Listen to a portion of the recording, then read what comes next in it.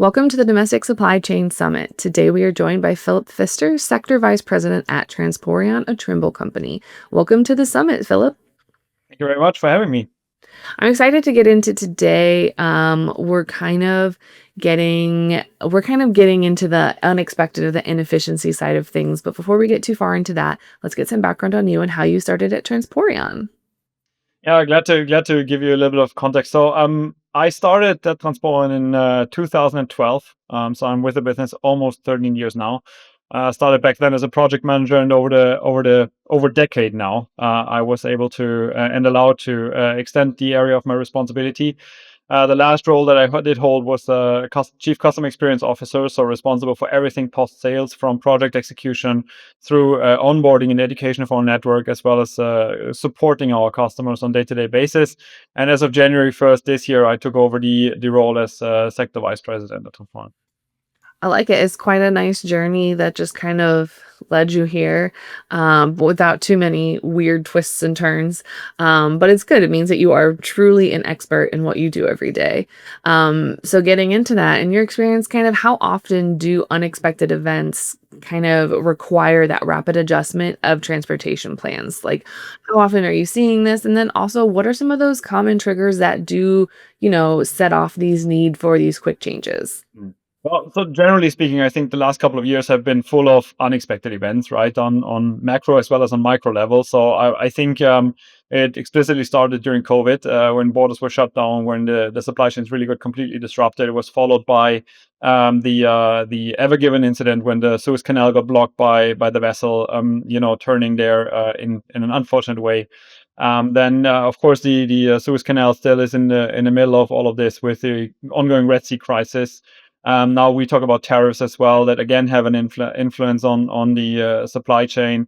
In Europe, we have an ongoing war in the Ukraine still that had a massive impact also on the supply chain. So these were all these macro events which still are impacting supply chains, but I think they are paired also with a lot of micro events, like a carrier not being able to take a load, delays, a traffic jam, inflation in various regions going into different directions, which again have a massive impact. And all of these combination of large and smaller scale issues, I think, influence all of the parties in the supply chain industry, and also influence them on day to day.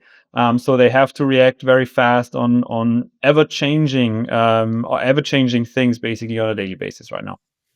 It's kind of that you have to, it almost feels like it's like an onslaught, like, because especially when you talk about that micro level, that, okay, you are having carriers that are, failing to pick up on time, failing to pick up the full contractual obligation that they have, or is they're having issues with their authority or anything like that. And then you also have, is you kind of have the day-to-day mundane that you're like, okay, I kind of have to adapt and move along from. But then you also have, like you said, those giant macro ones that are a little harder to predict and a little harder to just sweep another carrier in there to recover a load. But that just kind of really goes to show that, the agility and that nimbleness of a supply chain, you really do need to have, and you need to have those backup plans in place, and you kind of need to practice using those pretty regularly.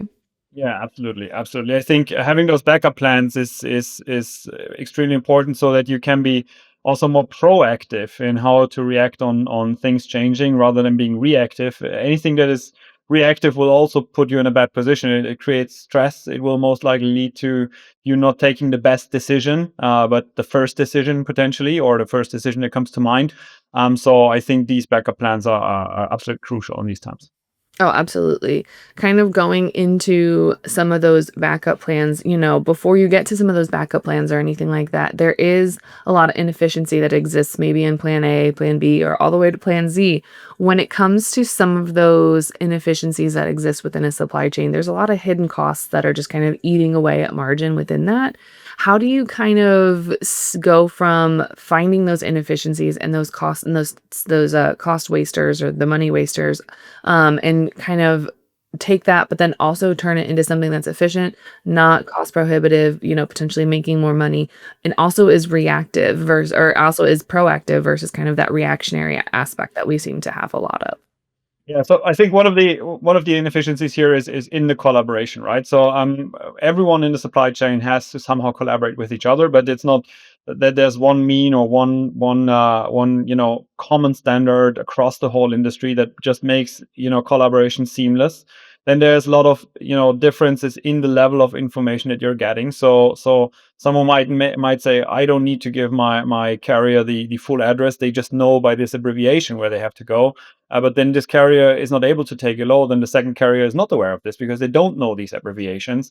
And all of these small, again, small and big things in the collaboration and the lack of standards that are in there in the data, that basically lead to the overarching loss in money, because this will create additional cost. If you just have to take another call to give additional information to your carrier, or another call to your goods recipient, and to make sure that things are working, that costs time, and that costs ultimately money. If someone, due to lack of information, fails to come with the right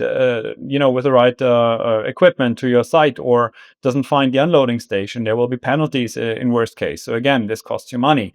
And I think if we look at this from a holistic point of view, and if we build a standard around data, around information, and around collaboration, we can reduce those inefficiencies. We can help to automate these things that just work and that just have to work, versus these things that basically then do really require attention. And these are then again those disruptions that you really have to take care of because they haven't been foreseeable for you. I think the you touched on one of the really important things there, and that is, that standardization that we desperately need in the industry, across all modes. But when it comes to that standardization, as much as like I want to be like, oh, this is what we need. We need like a unified BOL, a unified everything. It comes down to whose standardization are we going to go with? And that, I think, is the million-dollar question of how to get everyone to agree on one standard way, when obviously how they do it is the best way. Absolutely.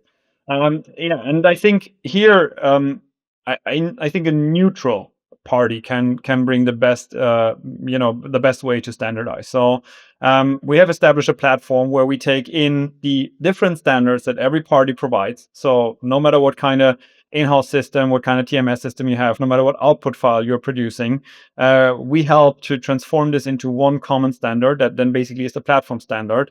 And when communicating further to any of your parties or back to into your TMS system, again, we will make sure it's again in the standard that you need to have in your processes, in your tooling, to make sure that we don't disrupt anything, and also to lower the amount of costs on building integrations and so on. So you would have internally as well. And then when you have this element of neutrality, which I mentioned as a neutral party, this level of standardization is also put in to make sure that we can gain information out of this data that we're having, that we again can provide to everyone as benchmarks. So we don't want to favor one party over the other. We want to provide the information and data sets to everyone that needs to have access to them, in an anonymized way, obviously, to make sure that everyone can again take informed and good decisions for their own business purposes, without basically one party being able to take an advantage over the other one. It's like you really bring that neutrality throughout the entire conversation and throughout the entire process of, we just want to help everybody. And it's the old adage of, you kind of get what you get when it comes to your data and being able to make informed decisions. And if you have some less than stellar data, then you're probably going to have you might not be making the best decisions possible because you're just working off of incorrect information, which I think happens far, far too often in this industry.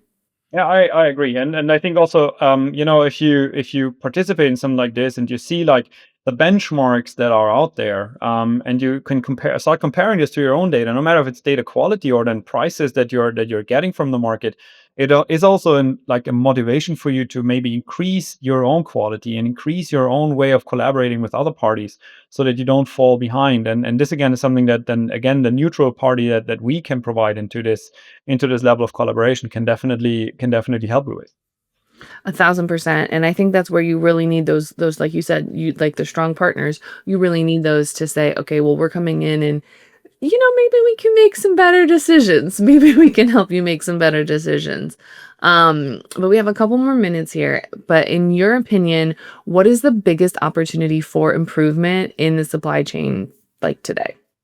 Well, I spoke about data quality already, right? And this for sure is one of the biggest areas of improvement. Increasing the data quality, making sure everyone speaks about the same thing, not in the same language, but about the same thing in the same data structure. And why do I see the biggest opportunity here? This is basically setting the baseline to also, then bring it on to the next level with all of the AI capabilities that are coming up now. This bases on good data, right? It bases on structured data, so that we can again take the machine learning algorithms to really then, be on a high repetitive scale and help on high repetitive scale to again then help improving the supply chain with the ultimate aim to really remove everything from our staff that basically has to run anyway, so that they really can focus on the things that do not go right and where we need them to focus on, as these things will always happen. But what we really want to ensure is that with good data, with agentic AI tooling on the platform, we help to minimize the headspace that staffing has to spend on these things, and can really make sure that they talk about collaboration, about partnerships with the partners that they have to work with, and then as said about the things that require action, because there are exceptions in day to day. I like that thing that you said, that you want to increase the collaboration with your partners. And I think that's a fantastic use of time. If I have limited resources as a company, I have a limited amount of human capital. I can't just hire people I can't just hire like 700 people and expect to still make some money. But I think it's really important that, we are using that human capital on those relationships and those ways to do it. Because I know personally, as a former analyst, you always want to, like, as much as you love looking at data and kind of coming up with these fantastic solutions and, paths forward in different presentations for a customer, you don't want to sit there in the trenches fighting Excel and Access or Power BI, or fighting all of these tools to hopefully get the results that you want. And then maybe lose a day realizing, oh, this wasn't the information that I wanted. I need something better. And then having to go back and rebuild it and other stuff like that. Like you said, if you have the tools there that will just kind of take care of that, like just futzing around on the computer trying to figure out what you want to pull and what you want to look for. If you have a tool that already does that, that frees that person up to actually go be proactive, talk to that customer, talk to those different partners saying, hey, what can we do for you? Where are you struggling? What is some problems that you're seeing? Let's see if we can solve these for you. Yeah, or even go one level forward and say like, we see this problem on your side, and this is how we can help you. I think this is the biggest value that you can actually add in a relationship, if you're proactively showing that I understand your business problems. I don't look at my business problem first. I'm trying to help you with your business problem. And if the tooling and everything around the tooling, the platform, the collaboration that fosters through this platform helps you to do this, I think ultimately both parties will win. Because it really seems kind of like, if I'm a customer and I'm just kind of going along and I've got a logistics service provider, or I have a transportation provider that, is just hauling my freight, doing that. If they come to me and say, hey, I'm seeing some problems within your network, I'm seeing some things we could maybe clean up and shore up. I'm for sure not even going to entertain the idea of moving on to a new one or finding a new provider for this service. I'm not going to do that. But if I have the same one for 10 years and all of a sudden I find a problem in my network, then I'm like, okay, well, what else are we missing? What else is this company missing? Or are they using it as a potential way to almost kind of make money off of me that I'm not realizing this? Hmm. And that just kind of sows those seeds of distrust that you can't really come back from. And distrust normally comes from lack of information parity. So and again, it always goes back to data when we speak about this topic here. If you manage, and I believe we can help here to really have this information parity, that everyone looks at the same data and can then take the decisions forward. This helps to have proper collaboration and a proper relationship with all parties. I absolutely love that. And what a fantastic note to end on. Um, Philip, if anyone has questions about what we've talked to today, or if they kind of want the 411 on how to really make sure that they're in an effective partnership, where can they find you outside the summit?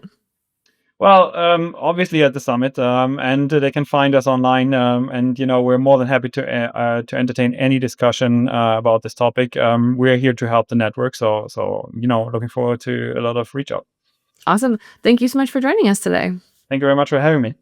Stay tuned for the rest of the content we have coming your way from the Domestic Supply Chain Summit.